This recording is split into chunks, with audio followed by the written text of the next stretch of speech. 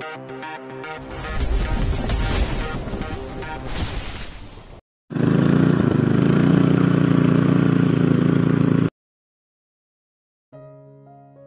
85. Tersakiti karena suamiku sendiri. 1 minggu kemudian. Kini mereka sudah berada di bandara untuk mengantar ayah.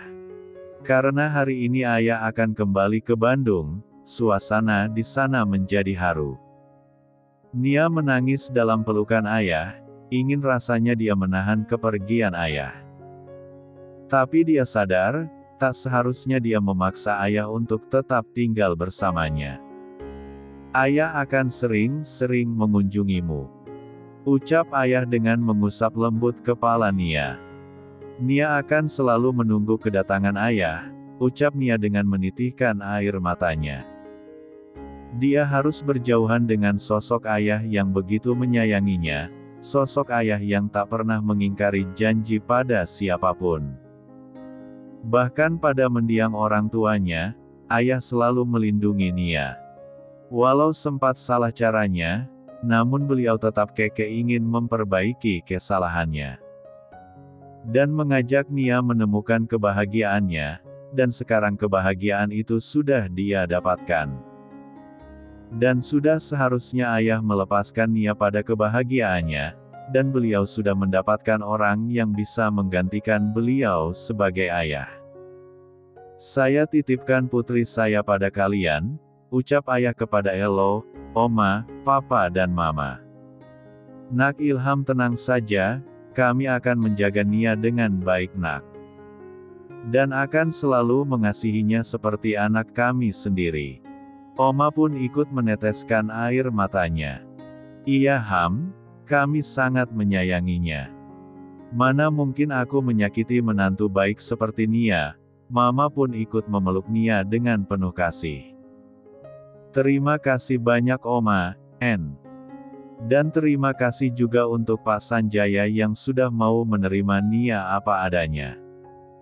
Dan berbaik hati menerima Nia menjadi anggota keluarga Sanjaya. Ayah meneteskan air matanya. Sama-sama Pak, dia gadis baik. Mana mungkin saya tidak menerimanya, jawab Papa dengan tersenyum, beliau pun memeluk ayah. Elo akan selalu menjaga Nia ya. Dan ayah harus selalu menjaga kesehatan ayah. Ucap Elo penuh perhatian. Ayah akan selalu menjaga kesehatan ayah. Terima kasih El, kamu sangat-sangat perhatian pada ayah. Sedangkan anak ayah sendiri tidak pernah pedulikan keadaan ayah. Ayah salah, tanpa sepengetahuan ayah. Sudah Iyama Alan selalu memperhatikan ayah. Dia selalu memperhatikan ayah dari jauh, bahkan dia juga selalu memberikan makanan kesukaan ayah. Walau tidak secara langsung. Tutur Elo menjelaskan tentang Alan. Tadinya dia tidak ingin mengatakan ini di sini, hanya saja karena ayah mengungkit nama Alan. Dan Elo harus segera meluruskan permasalahan beliau dengan Alan. Maksudnya? Tanya ayah bingung. Alan selalu mengawasi ayah dari jauh, bahkan makanan yang selalu ayah dapat dari pengunjung ayah. Itu semua dari Alan, dia selalu melihat ayah dari seberang jalan. Ayah harus tahu, jika Alan sudah benar-benar menyesali semua perbuatannya. Dia hanya ingin ayah memaafkannya, dan dia tidak apa-apa jika ayah membencinya. Asal ayah mau memberinya maaf. Jadi Alan menemuimu. Bukan Alan, tapi Elo yang menemuinya. Dan Elo melihat dari sorot matanya, jika dia benar-benar tulus ya. Beri Alan kesempatan lagi ya. Ayah ingin melihat kesungguhannya, apa dia sungguh-sungguh ingin mendapat maaf dari ayah. Terima kasih sudah menegur ayah, ayah akan lihat dulu seberapa besar kesungguhan Alan. Jawab ayah. Sama-sama ya, aku harap ayah mau memaafkan Alan. Agar kita semua hidup dalam ketenangan tanpa ada kebencian. Kau benar-benar sangat bijaksana nak. Semoga ayah mau memaafkan Alan, gumam Elo dalam hati. Apa Alan sudah benar-benar menyesali semua kelakuannya? Ucapan Elo ada benarnya, aku harus memberi Alan kesempatan. Gumam ayah dalam hati. Kini pesawat yang ayah tumpangi, sudah lepas landas. Mereka pun meninggalkan bandara dan kembali menuju kediaman keluarga Sanjaya. Kedai yang beliau dirikan, sudah beliau berikan pada Meli. Agar Meli meneruskan usaha di kedai dan belajar dalam berbisnis seperti bapaknya. Karena dia sudah lulus kuliah, maka ayah menyuruh Meli untuk meneruskan usahanya. Beliau juga meminta Meli untuk tetap tinggal di rumah ayah, karena Nia harus tinggal bersama Elo di rumah mereka sendiri. Meli sangat-sangat berterima kasih pada ayah dan juga Nia, karena kebaikan mereka. Keesokan hari, di rumah baru Elo dan Nia. Nia yang sedang asyik memasak, tiba-tiba dikejutkan oleh Elo yang memeluk tubuhnya dari belakang. Dia sudah rapi dan siap untuk pergi ke kantor. Kau mengagetkanku saja, ucap Nia yang masih fokus pada masakannya. Apa aku boleh membantumu sayang? Bisik Elo. Tidak usah. Sebentar lagi juga sudah matang. Kamu duduk saja di kursi, jangan menggangguku. Ucap Nia. Kenapa harus memasak? Kan ada Bibi. Protes Elo. Memangnya kenapa? Jangan mentang-mentang ada Bibi. Aku melalaikan tugasku untuk membuatkanmu sarapan. Jawab Nia. Dia begitu cekatan menyiapkan makanan untuk Elo di meja makan. Ayo sarapan. Pinta Nia dengan menaruh nasi dan lauk di atas piring Elo. Kamu tidak boleh kecapean sayang, ucap Elo sambil menyuapkan nasi ke dalam mulutnya. Memasak bukanlah kegiatan yang membuatku capek sayang. Kamu tahu sendiri, aku suka memasak. Jawab Nia sembari memasukkan nasi dan lauk pada tempat makan. Dia menyiapkan bekal untuk Elo makan siang. Iya aku tahu, baiklah. Aku takkan melarangmu memasak. Tapi aku melarangmu mengajari mama dan oma memasak. Tegas Elo. Kenapa? Tanya Nia sambil memakan sarapannya. Karena mereka pasti akan membuatmu kesusahan seperti yang sudah-sudah. Jawab Elo mencoba menakut-nakuti. Itu sudah biasa sayang, aku sudah tidak kaget. Dan mama sama oma sudah janji akan datang hari ini untuk belajar memasak di sini. Oh my god, ucap Elo menghentikan kegiatannya. Kenapa lagi? Itu artinya, hari ini akan terjadi kerusuhan di rumahku. Ucap Elo dan dia langsung berlari menaiki tangga dan masuk ke dalam kamarnya. Sayang, kamu kenapa? Teriak Nia, namun Elo tak menjawabnya. Part 86. Di tempat lain, terlihat wanita yang sedang sibuk merapikan dan meletakkan roti baru ke dalam etalase. Wanita itu adalah Lala, wanita yang dulu menjadi madunya Nia. Wanita yang kini tengah pergi dan menjauh dari kehidupan Alan. Lala, ini bukan tugas kamu lah. Biar saya saja. Ucap Nadine rekan kerjanya di toko roti. Tidak apa-apa Din, ini sudahlah tugas semua karyawan di toko ini. Ucap Lala lembut, dan masih melakukan aktivitasnya. Kamu duduk saja di meja kasir, nanti kalau ada pembeli yang mau bayar kelamaan nungguin kamu. Pinta Nadine yang langsung merebut keranjang roti dari tangan Lala. Tuh kan, ada yang mau bayar. Ucap Nadine saat ada pengunjung yang tengah berdiri di depan meja kasir. Hei, iya sudah, aku ke sana dulu. Sahut Lala yang langsung berjalan menuju meja kasir. Setelah pembeli pergi, Lala pun duduk dan menuruti kata-kata Nadine agar tetap duduk di mejanya. Dia mengamati semua pergerakan Nadine yang begitu lihai dalam mengerjakan pekerjaannya. Aktivitasnya terganggu oleh kegaduhan seorang wanita dan pria yang sedang melangkah ke dalam toko. Dasar perempuan gak tahu diri, berani-beraninya kamu menggoda suami saya. Kata-kata yang tengah wanita itu tujukan pada Lala. Maksud ibu apa? Siapa yang menggoda Pak Romi? Tanya Lala bingung. Pantas saja suamiku lebih betah di toko, ternyata kamu yang membuatnya pergi pagi-pagi dan pulang malam. Kau pasti sudah menggoda suamiku. Bentak wanita itu dan langsung menjambak rambut indah Lala. Au, sakit bu. Pekik Lala dengan menahan tarikan wanita itu. Hentikan chat. Dia tidak pernah menggoda aku.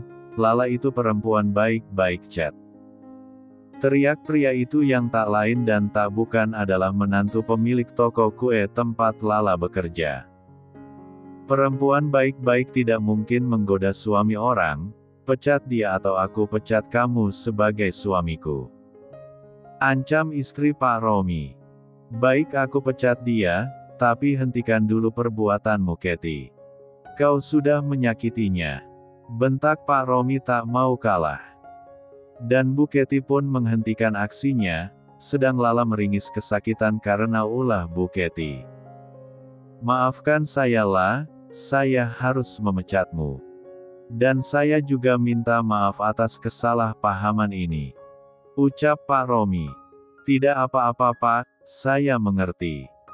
Saya sangat berterima kasih pada Pak Romi dan Ibu Dina, karena sudah mau menerima saya kerja di sini. Ucap Lala dengan berusaha tersenyum, walau hatinya sakit sudah dituduh menggoda suami orang. Jelas-jelas dia tidak melakukan itu. Siapa yang berani memecat kamu lah?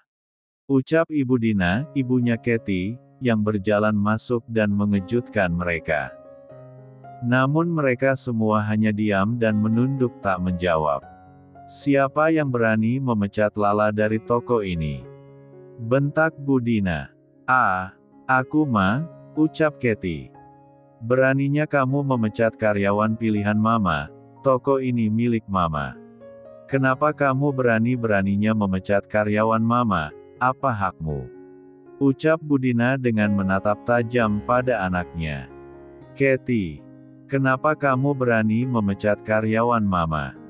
Teriak Bu Dina karena tidak mendapat jawaban dari anaknya. Dia menggoda Romi Ma. Rengeknya penuh manja, berbeda saat dia membentak Lala tadi. Atas dasar apa kamu menuduh Lala menggoda suamimu? Romi berubah Ma, dia pergi pagi dan pulang malam. Sampai-sampai dia tak punya waktu untuk aku. Rengeknya yang langsung bergelayut manja pada lengan mamanya. Dia pulang malam bukan karena Lala, Mama meminta Romi untuk mengelola toko cabang baru kita. Dan jaraknya dari rumahmu itu kisaran 2 jam, ya wajarlah dia pulang malam terus. Apa itu benar Rom? Tanya Kathy dengan menatap tajam pada suaminya. Iya Chet, aku diminta Mama mengelola toko cabang. Kenapa kamu tidak mengatakan itu padaku? Protesnya dengan memanyukan bibirnya. Bagaimana aku mengatakan itu, jika kamu saja tidak pernah mau mendengarkan ucapanku? Jawab Romi. Lala pun bernapas lega karena tidak jadi dipecat oleh Romi dan Kathy karena kesalahpahaman ini. Dan Kathy pun minta maaf pada Lala dan dia juga meminta Lala untuk mau berteman dengannya. Lala merasa senang. Akhirnya dia mempunyai teman baik di kota yang 2 bulan ini dia singgahi. Dia pun kembali mengingat Nia. Apa kabar Nia dan Elo? Semoga Elo adalah lelaki yang tepat untuk Nia. Dan semoga Mas Alan menyesali semua kesalahannya. Gumamnya sambil menatap ponsel yang ada di genggamannya. Ingin rasanya dia menghubungi Nia dengan nomor barunya. Namun dia tak ada keberanian. Dia begitu malu pada Nia, apalagi dengan ulah konyolnya yang berencana menghancurkan pernikahan Nia dengan Elo. Part 87. Pukul 9. Wib, di rumahnya hari ini membuat Elo merasakan pening di kepalanya. Pagi tadi dia sudah rapi mengenakan pakaian kantor, namun dia langsung berganti pakaian rumah saat mendengar kabar Mama dan Oma akan belajar masak hari ini. Dia rela membatalkan meeting pentingnya karena ingin menjaga Nia dari kerusuhan Mama dan mamanya. Namun yang dia lihat, Nia justru merasa senang lain dengan dirinya yang memijat-mijat kepalanya terus-terusan. Dapur yang tadinya rapi, kini telah porak-poranda. Mama coba lagi ulek ketumbar, kunyit sama bawang putihnya. Ucap Nia dan dia melangkah untuk mengambil cobek dan ulekan. Ini sudah ketiga kalinya Mama belajar untuk mengulek bumbu ungkep ayam. Mama, angkat cobeknya sendiri, itu terlalu berat untuk istri dan anakku Ma. Pinta Elo saat melihat Nia yang ingin mengambil cobek, dia duduk dan tertawa puas karena mamanya mau mengikuti perintahnya.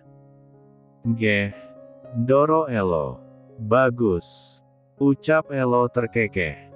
Oma iris lembut bawang merah dan putihnya ya. Ucap Nia, dan Oma pun mengiris bawang merah dan putihnya. Dan digurui oleh Elo dari kursi tempatnya duduk. Bukan seperti itu ngirisnya Oma. Teriak Elo, karena Oma bukan mengiris tapi membelahnya menjadi dua bagian saja. Sok tahu kamu Mars, kamu diam saja di situ. Dari tadi disalahin terus, ngiris sayuran salah. Ngiris bumbu pun kamu salahin. Sahut Oma yang merasa dirinya benar. Jelas Elo salahin, disuruh bersihin toge justru togenya diiris-iris. Yang Elo katakan itu benar Oma, itu salah. Seru Nia dengan terkekeh. Oh my God, teriak Mama. Astaga Mama, kenapa bisa cobeknya kebelah lagi? Lagi-lagi Elo berteriak, sedang Nia semakin tertawa terpingkal-pingkal. Maafkan Mama El, Mama akan menggantinya 1000 kali lipat cobek yang sama persis seperti ini. Ucap Mama dengan senyum yang memperlihatkan giginya. Ma, Elo heran sama Mama, apa dulu Mama ini mantan TKW? Tanya Elo sinis. TKW apa? Mama ini mantan pacar papamu Iho. Bukan mantannya TKW. Jawab Mama enteng. TKW alias tukang keprok watu. Secara cobek batu yang kuat bisa Mama tahlukan. Sayang, aku gak ngerti. Sahut Nia. Tukang pukulin batu. Jawab Elo, Nia pun semakin terkekeh. Sembarangan kamu ini El. Sudah. Kita lanjut lagi masaknya. Ajak Nia, Elo pun mengakhiri omelannya. 1 jam kemudian, Oma dan Mama belum juga bisa mempelajari dengan benar yang Nia ajarkan. Ah, gosong lagi. Ucap Mama kesal dengan membuang kembali hasil masakannya ke dalam tong sampah yang sudah penuh oleh ayam goreng hitam buatannya. Kau itu bagaimana Ne? Masak seperti itu saja gagal terus. Ejek Oma. Kaya, Mama bisa aja. Ejek Mama tak mau kalah. Karena Oma juga sama saja menggoreng ayam dengan hasil yang tidak memuaskan. Masih mending Mama, goreng ayam gak jingkrak-jingkrak ketakutan sepertimu. Jelas Mama tidak ketakutan kecipratan minyak, orang Mama bawa pelindung diri. Sahut Mama. Hei, Oma, mana ada orang masak pakai jas hujan, helm sama sepatu boots. Oma mau masak apa mau tempur di bawah air hujan? Tanya Elo yang tertawa bahak namun juga merasa kesal. Jangan mentertawai Oma, nanti Oma tidak akan membagi hasil masakan Oma padamu Mars. Sahut Oma. Mars juga tidak bermimpi dapat mencicipi masakan Oma. Jawab Elo sembari menjulurkan lidahnya seraya berkata, "Huekek. Kau itu, bukannya memberi Oma semangat. Ini justru membuat Oma minder," ucap Oma kesal. Ia kasih Oma sama Mama semangat untuk membuat dapur Mars berantakan. Jawab Elo sinis, lalu dia duduk kembali dan mengamati aktivitas ketiga wanita terkasihnya. Namanya juga belajar masak sayang, ya pastinya dapur akan berantakan. Ucap Nia. "Kau selalu saja membela mereka," gerutu Elo dengan bersedekap. "Jangan ngambek, apa kamu lapar?" tanya Nia dan Elo pun mengangguk dengan wajah memelas. "Kamu makan bekal yang sudah aku siapin tadi pagi dulu." Nia pun memberikan kotak nasi yang tadi pagi dia siapkan untuk Elo. Elo pun memakan bekalnya tadi, dan menikmati sambil melihat wajah ayu istrinya. Dia makan sambil tersenyum, hingga dia tak sadar jika ada yang merebut makanannya. "Boleh Oma minta sedikit Mars?" ucap Oma, yang dijawab anggukan oleh Elo yang masih menatap Nia yang tersenyum manis padanya. "Asyik," ucap Oma dan Mama bersamaan. "Ini namanya apa Nia?" tanya Mama sambil melahap makanan Elo yang bergantian dengan Oma. "Ayam teriyaki Ma," jawab Nia. "Oh, bumbunya apa?" tanya Mama.